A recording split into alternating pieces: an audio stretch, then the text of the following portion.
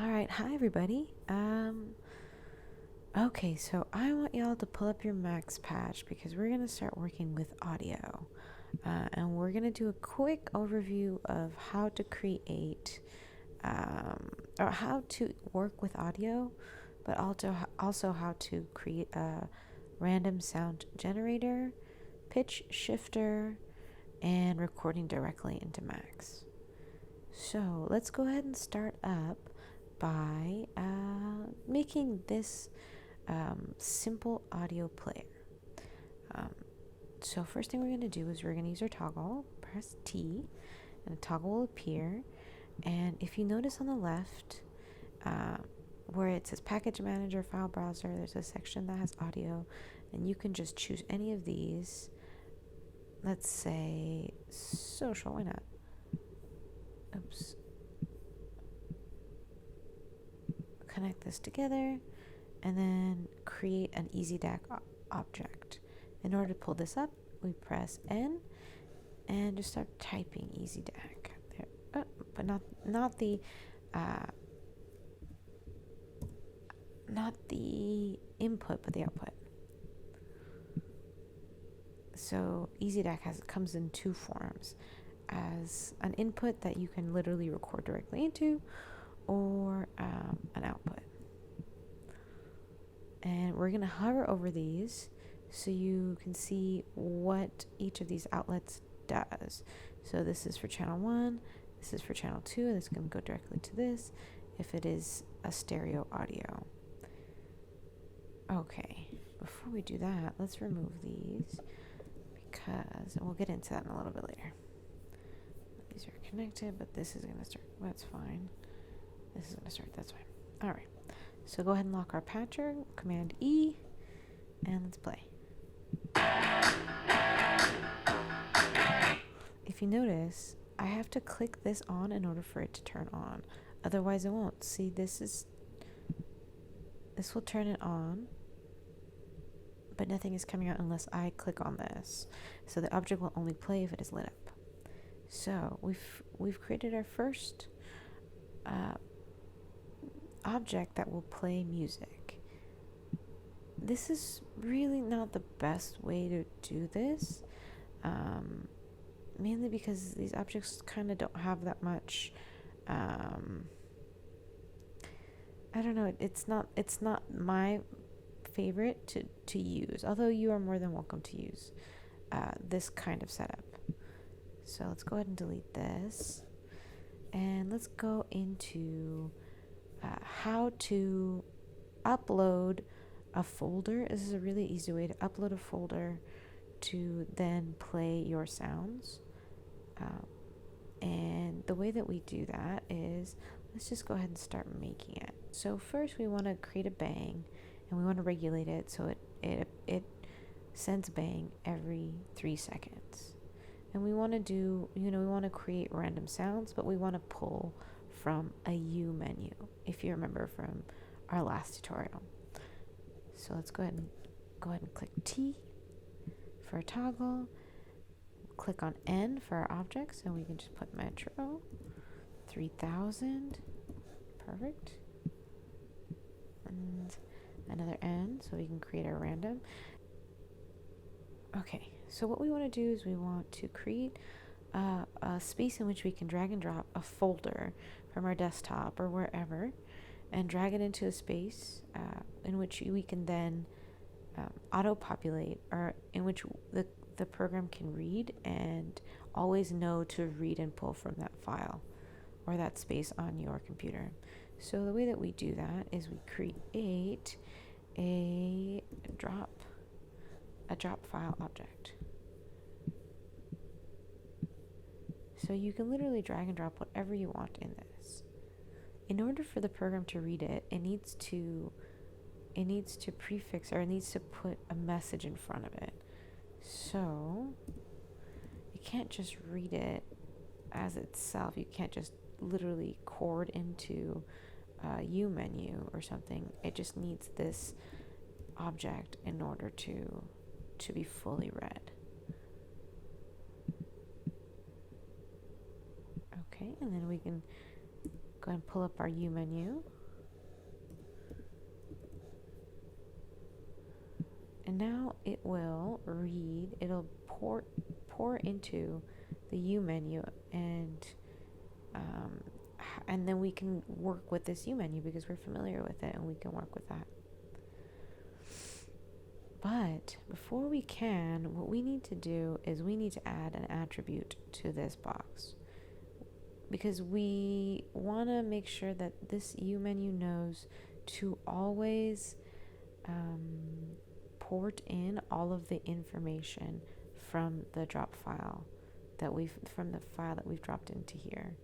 Otherwise it'll only populate, like it'll only give like one option, or sometimes it'll just give a few, or it won't know to always populate automatically, essentially. So in order to do that, we have to create an attribute, and the easiest way to do that is just click on A. It's really easy. And then we just use the left outlet to put into the left outlet of this. And in order to select what we need to lock our patcher. So we've locked it, and now we can select here what we want it to do, which is auto populate. We click on this to make sure that it will, to check that it will do that. And that's it. We can unlock our patcher and continue forward with creating this random sound generator. Okay, in order for us to be able to play music, we have to create an object that can play this music, or an object that can read it. So we're going to use sfplay, play audio file from disk. That's the object that we need. But the U menu can't go directly into this object, mainly because it just can't read it. It needs to open it first. So we're going to create a message, or we're going to create an object prepend, which means that we are going to create a message essentially that says open, and then whatever is coming from the U menu. So essentially it just adds a message before the U menu, giving it a directive to this object sfplay. We're going to use this middle section because we want the text to be evaluated as a message, because we want this message to start with open. It's essentially like doing this, pressing message and clicking open. Like, we can technically just do that, and if we click on it, it would actually open a file. We can even put a file, like we can put what did we put here? Melody mp3, open melody .mp3. We technically could do this. We can just click on it, and if we wired it correctly, it would then play. So essentially it's a message, but we're not going to do that. So let's continue our build, but just so that you get an understanding of how this reads information. Okay, now we're going to grab another object called live gain, just to help us with our gain levels. And we are going to just click on these little fun colored chords. Oops, not this one. It is, so sfplay right now is only one channel. We can create a 2-channel situation if we just click sfplay tilde space 2. The other thing I have to know about the sfplay, or any object with a tilde, the tilde in Max means that it is an audio object. Okay, so now let's just take one of these easy DAGs. Let's just do it rather than copy paste it, but easy DAG. Oops, perfect. And we are going to, you have to watch out for these objects because they have like a lot of outlets. So let's look at what they do. This is for single channel 1, and this is for single channel 2. This takes 2 channels, so it's going to come out of 2 channels are going to come out. So there we go. And the last thing that we need to do is we need to hook, we need to understand how this sfplay works and how to hook this up. So sfplay, it will only play one song at a time, and once it plays it, it's done. Like it won't restart automatically. So we have to send it a message so that it can restart automatically and clear what it had already played. In order to do that, we have to send it a 0, which means clear, and 1, which means start, which is basically what you see here. We've hooked it up to an integer and then hooked that up to a bang. The bang is just sending a message. It is no longer sending any numbers, but it will receive whatever information and transform it into a bang. So essentially, it will send out this number will then turn into an impulse or like a bang feeling, and then the bang will then send its impulse here, or its pulse here, to then send the message of 0 and 1 to SF Play. So let's go ahead and create that. So let's go ahead and click on I. Just click I on your keyboard, and integer will come up. This is an integer. We'll click B for bang. So click the left to the left, and then click M for message, and we're just going to go 0, 1. 0 clear, 1 is start. We're going to click the random here to this. Cross some paths a little, but it's all right.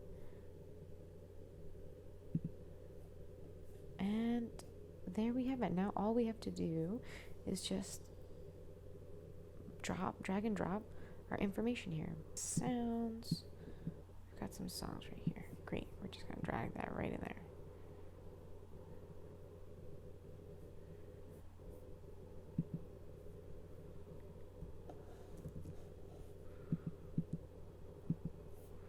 Let's try it again. Oh, these are specific sounds. We want to drag a folder. So that's actually really helpful. There we go. So it won't import individual files, but it will import a folder. So that leads me to file management. In Max, it is just so helpful if you separate out your sounds and your videos. That's just going to be super helpful to want to organize yourself and then easily import things into Max and have it play. I'm going to give you another way to do this, but in just a little bit. So, all right, so we've got our information here. So let's go ahead and play it and see what happens. Well, before we do, okay, good. Okay, so let's lock our patcher. It already is. Click this on, turn on our audio. And we've got this playing. That's really interesting.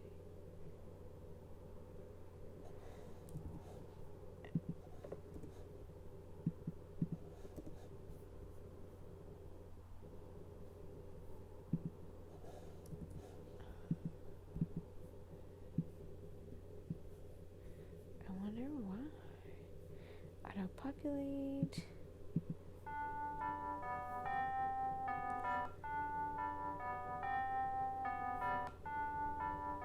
Oh, silly. I did not connect this to this. Let's find a way.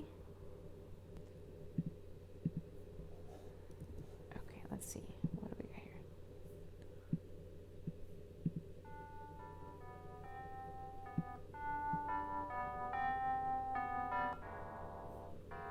Okay, and there we have it. We've connected our random to our U menu.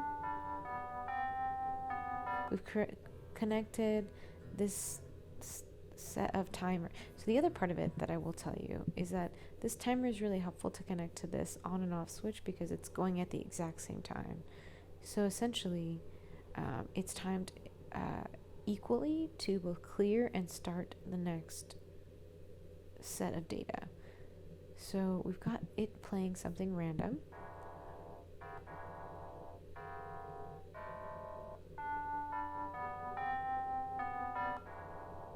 So we've been able to drop in our files, play them, open them, and make them randomly select from our files. But maybe we want to create an extra effect where we want to slow it down, speed it up, or play it backwards. So sfplay takes messages like speed 0.5, speed 1, speed 2, or speed -1 to change its play. You could also add an attribute to sfplay to change the attribute of the songs that are coming in. So let's try it that way. So let's sorry, my dog is barking a little. So let's create an attribute to add to sfplay to see if we can shift some of our sounds around. So change our patcher, and let's speed. We'll create an attribute that'll change the speed just like these do, while we randomize our songs. Turn this on.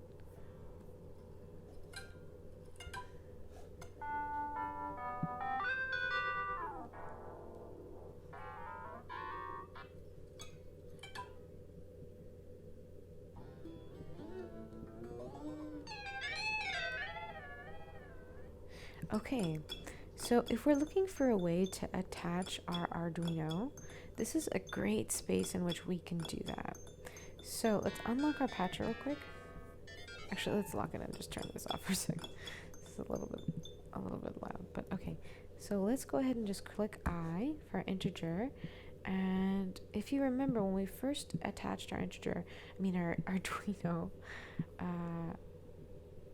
depending on the sensor, we use the capacitive sensor, but let's say you're using a variable resistor, a pressure sensitive resistor. It's going to give you a lot of information. It'll give you a range and it'll give it to you pretty fast. So you can use our Arduino to turn on and off our patches, which I'll show you how to do later on. But you can also just add attributes like this that will shift and change the information that you've already coded to play. So, if we remember, Arduino will come in with like a ton of information really fast, depending on, the range that it's coming in. I remember capacitive sensor was coming in at like 700, 900 when we were using the one with Velostat. So we can use these integers to shift and change the speed, and if it is a number that's far too high for the attribute, let's say 243 speed will be ridiculous. Let's try it. Let's play it. You can't even hear it. It just sounds like a chirp because it's just far too fast. What we can do is we can create messages, or no, we can create objects that will, sorry, my patcher is locked. We can create objects that are like multiply the incoming information by 0.5. So we're going to half that information. Oops.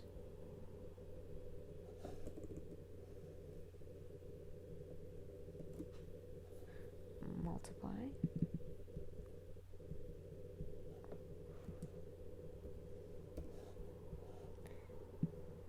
So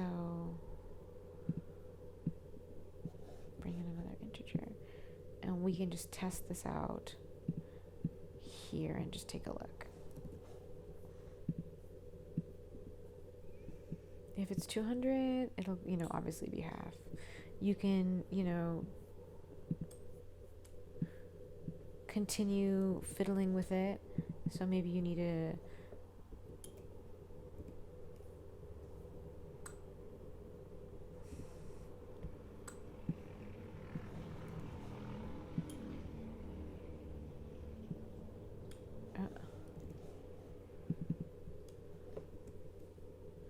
how does multiplication work?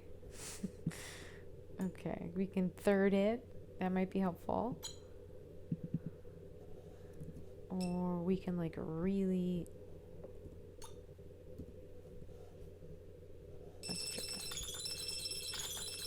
that's a little bit, a little bit better.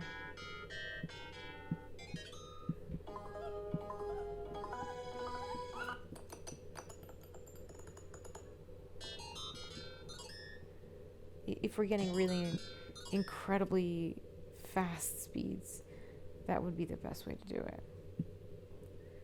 But know that speed at 0 won't give you any sounds.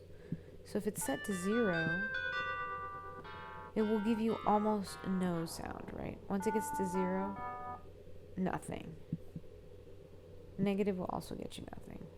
So know that the SF play, when receiving the input integer of 0, it won't play at all. So it needs to get at least 100.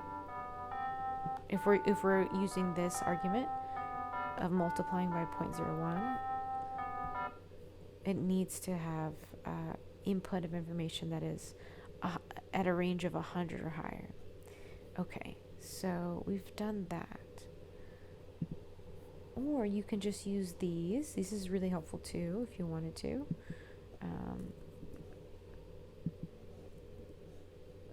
But yeah, so you can use those as well.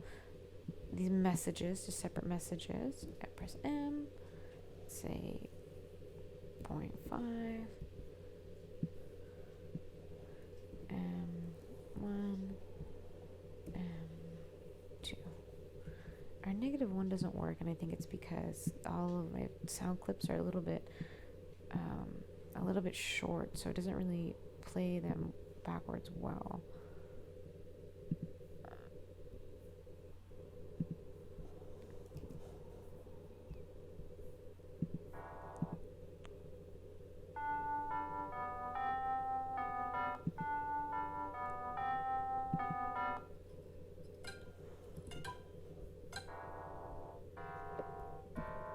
Let's type in. So they do need the speed argument or the message in order for them to work. I assume that they would just take a numerical value and that would be enough, but that is not the case. Speed 2.